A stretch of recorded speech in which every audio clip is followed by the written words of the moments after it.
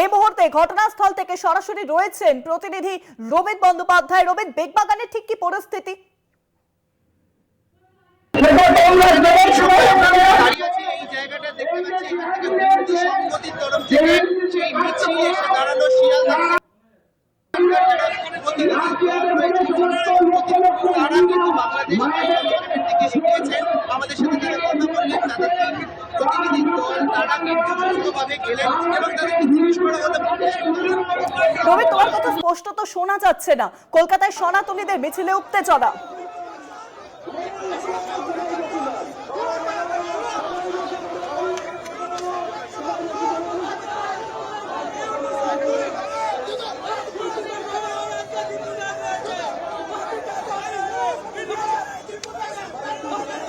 বাংলাদেশে দীপু দাস হত্যার ঘটনার প্রতিবাদে 23 তারিখ আমরা দেখেছিলাম হিন্দু সংহতির ডাকে বাংলাদেশ ডেপুটি হাই কমিশনের অভিযান ঘিরে একেবারে ধুন্ধুমার পরিস্থিতি তৈরি হয় এবং আজও কিন্তু হিন্দু সংহতির ডাকে বাংলাদেশ ডেপুটি হাই কমিশন অভিযান এবং সেই অভিযানে যাতে কোনো অপ্রীতিকর পরিস্থিতি না তৈরি হয়, নিরাপত্তা যাতে জোরদার থাকে সেই কথা মাথায় রেখেই কিন্তু আজকে পুলিশ নিরাপত্তা একেবারে জোরদার রাখা হয়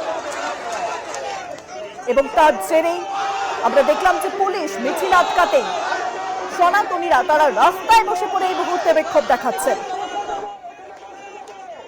কলকাতায় সনাতনীদের মিছিলে উত্তেজনা, পুলিশ মিছিল আটকাতে রাস্তায় বসে বিক্ষোভ, প্ল্যাকার্ড হাতে রাস্তায় নেমেছেন সনাতনীরা। শিয়ালদা থেকে সনাতনীদের মিছিলে একেবারে উত্তপ্ত পরিস্থিতি এই মুহূর্তে তৈরি হয়েছে।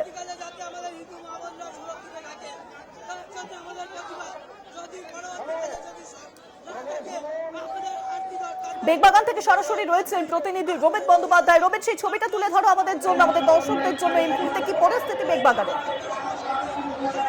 দেখো, এই বেগবাগানের আমরা এই মুহূর্তে দাঁড়িয়ে আছি, অর্থাৎ আমরা দেখলাম হিন্দু সংহতির যে মিছিল সেই শিয়ালদা হয়ে এনচালি হয়ে এই জায়গায় বেগবাগানে এসে পৌঁছেছে এবং এইখানে কিন্তু পুলিশ প্রচুর মোতায়েন করা হয়েছে। পুলিশ হিউম্যান ব্যারিকেডিং যেমন আছে তার সাথে সাথে আমরা দেখতে পাচ্ছি গার্ড ওয়ালও আছে।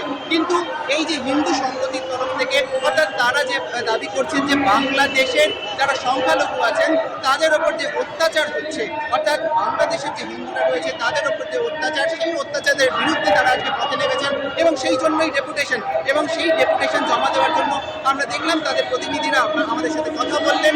তারা বললেন সুস্থভাবে তারা ভেতরে ঢুকছেন এবং তাদের প্রতিনিধি 3 জন প্রতিনিধি তারা ডেপুটি কমিশনে এই যে বাংলাদেশ কমিশন সেখানেই ঢুকেছেন এবং কোনো রকম ভাবে পুলিশের তরফ থেকে তাদেরকে কোনো রকম মিসবিহেভিয়ার বা কোনো কিছু করা হয়নি বলেই তাদের প্রতিনিধিরা জানালেন, পরিষ্কারভাবে আমাদের জানিয়েছেন। এবং এই যে চিত্র আমরা এখন দেখতে পাচ্ছি, ঠিক যেভাবে আমরা দেখছি হিউম্যান ব্যারিকেডিং, আমার পেছনে যে ছবিটা আমি দেখছি যে হিউম্যান ব্যারিকেডিং রয়েছে, তার সাথে সাথে আমি দেখানোর চেষ্টা করব যারা এখানে প্রতিবাদীরা রয়েছেন, যারা মিছিল করে এলেন, তাদের প্রতিবাদ কিন্তু এখনো চলছে এবং সেই প্রতিবাদে কিন্তু পুলিশও এখানে রয়েছেন, কিন্তু কোনো রকম এখনো কোনো বিশৃঙ্খলতার কোনো চিত্র কিন্তু আমরা দেখতে পাচ্ছি না। একদম পরিষ্কারভাবে যাচ্ছি বলছি, এখানে কিন্তু এখনো অব্দি কোনো রকম বিশৃঙ্খলতা ভাবে দেখতে পাচ্ছি না। অর্থাৎ এখানে থেকে যে প্রতিবাদ হচ্ছে সেই প্রতিবাদ কিন্তু প্রতিবাদের মধ্যেই হচ্ছে।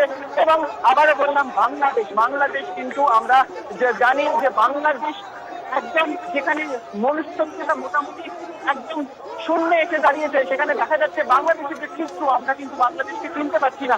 আর তার জন্যই কিন্তু তাদের এই মিছিল বলে জানাচ্ছেন। কিন্তু এই মিছিল এই মুহূর্তে যে দাঁড়িয়ে আছে সেই মিছিলে বললাম এই মিছিল চলছে এখানে এবং এখানে যে প্রতিনিধি দল তারা ডেপুটি হাই কমিশনে পৌঁছেছেন এবং পরবর্তীকালে কি হয় সেই চিত্র আমাদের দর্শকের কাছে তুলে ধরেন। একদমই তাই রোমিত, পুলিশি নিরাপত্তা কতটা জোরদার রয়েছে, সনাতনীরা তারা কি দাবি করছেন?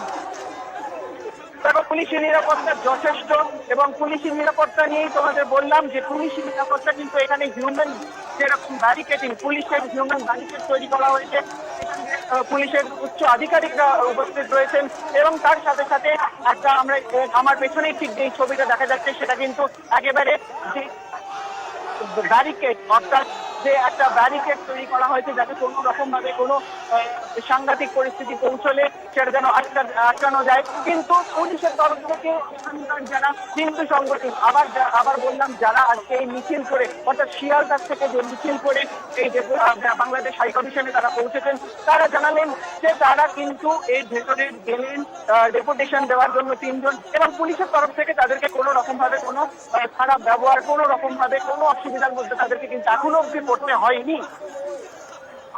রবি, যারা ডেপুটেশন দিতে চাইছেন পুলিশের তরফ থেকে কিছু জানানো হয়েছে যে কতজন ঢুকতে পারবেন ডেপুটেশন দেওয়ার জন্য?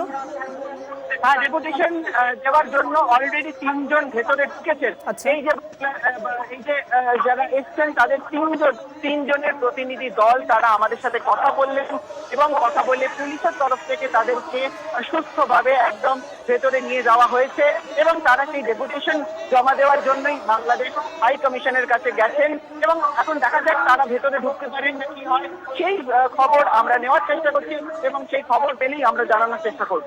একদমই তাই রবি, তুমি পরিস্থিতির উপর নজর রেখো, আমরা আবারও তোমার সঙ্গে যোগাযোগ করব। এই মুহূর্তে তোমায় ধন্যবাদ। সরাসরি ছিলেন বেগবাগান থেকে প্রতিনিধি রোমিত বন্দ্যোপাধ্যায়।